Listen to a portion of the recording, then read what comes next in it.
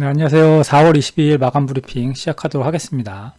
이번 주 일정을 좀 보시면은 실적 발표가 많이 있죠. 그래서 테슬라, 그다음 메타, SK 하이닉스, 마이크로소프트, 알파벳 빅테크들이 일단 실적 발표가 있습니다. 그래서 실적 발표가 있은 다음에 일단 주가의 움직임이 어떻게 되는지 그런 것도 좀 체크해 보실 필요가 있겠다 이렇게 생각이 됩니다. 특히나 테슬라 같은 경우에는 컨퍼런스 콜이 있죠. 그래서 자율주행하고 로봇 관련된 내용이 어떤 게 나오는지 이런 거 좀 유심히 볼 필요가 있겠다 이렇게 말씀을 드리겠습니다.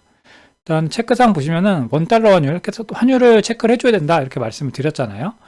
지금 1380원 밑으로 떨어졌습니다. 그리고 원유 이제 WTI도 80달러, 좀 떨어졌죠. 그래서 아무래도 이란과 이스라엘에 관련돼 가지고 내용이 많이 나왔었는데 주말에 다행히 별다른 내용이 없었던 것 같아요. 이렇게 좀 증시 코멘트를 좀 보시면은 이란과 이스라엘의 긴장이 일부 완화가 됐다 이렇게 말씀을 드립니다. 일단 이스라엘이 공격을 했지만 이란에서 이제 추가 공격이 없으면은 별다른 대응을 하지 않겠다 이렇게 얘기를 했습니다. 그렇다고 이게 뭐 완전히 해결이 됐다 이렇게 말하기는 좀 어렵지만 그래도 상당 부분 완화가 됐죠. 특히나 오늘 같은 경우에 미국이 이스라엘에 대해 가지고 군대에 관련된 이제 뭐 제재 관련된 내용이 나왔죠. 그렇다 보니까 이스라엘이 조금 더 강하게 나가기는 좀 쉽지 않겠다. 미국 눈치를 좀 볼 가능성이 있기 때문에 그래서 이 상황이 조금 더 많이 악화될 가능성은 이제 좀 줄지 않았나 뭐 이렇게 생각이 됩니다. 그렇다 보니까 일단 실적이 중요하다 이렇게 말씀드리죠. 특히나 이제 저번 주 같은 경우에 금요일에 이제 TSMC가 실적을 발표를 했는데 다 아시다시피 실적은 좋았지만 이제 하반기 가이던스가 이제 좀 낮췄죠. 20%에서 10% 후반대로 낮췄다는 얘기가 있기 때문에 아무래도 AI 반도체 쪽은 견조하지만 스마트폰하고 PC 수요가 부진하다 이렇게 얘기를 했습니다. 그래서 전체적으로 이제 AI 쪽 반도체 쪽은 좋지만 전체적인 반도체 캐파는 좀 줄어들 가능성이 있다 이렇게 알고 계시면 될 것 같습니다. 뭐 이런 내용 때문은 사실 아닌 것 같은데 이제 엔비디아가 급락이 나왔죠. 보시면은 이렇게 빅테크들 다 하락이 강하게 나왔고 메타도 그렇고 아마존도 다 강하게 하락이 나왔습니다. 물론 이제 엔비디아가 유독 강하게 나온 부분이 있는데 좀 오바스럽다 이렇게 생각은 듭니다.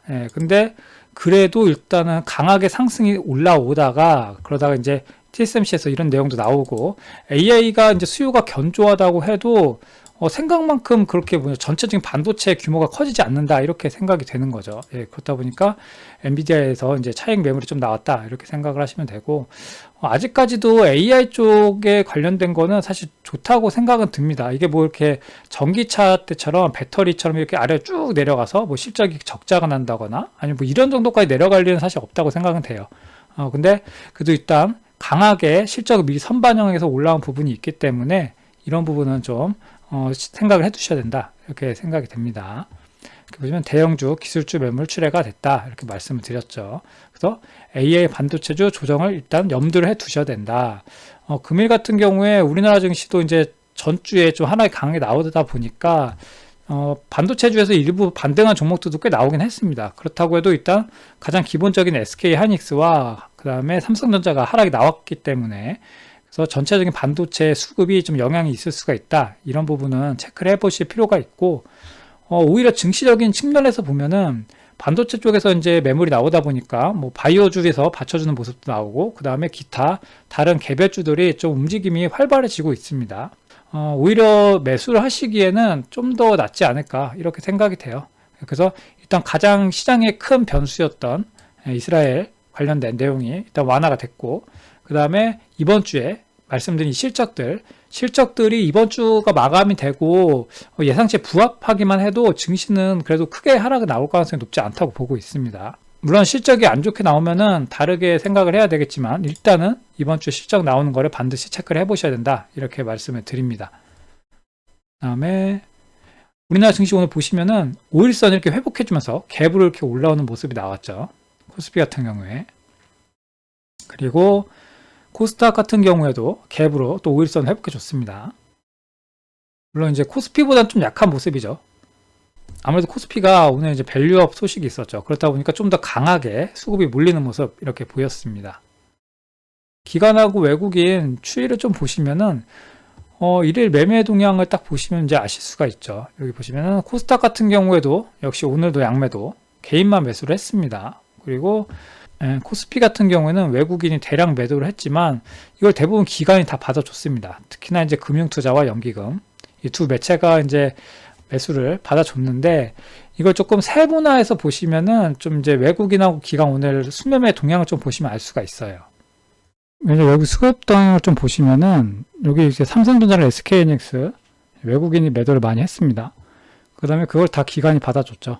아까 위에서 말씀을 드릴 때 이렇게 코스피 이제 외국인이 매도를 대량으로 했고 기관이 매수를 했다 이렇게 말씀을 드렸습니다.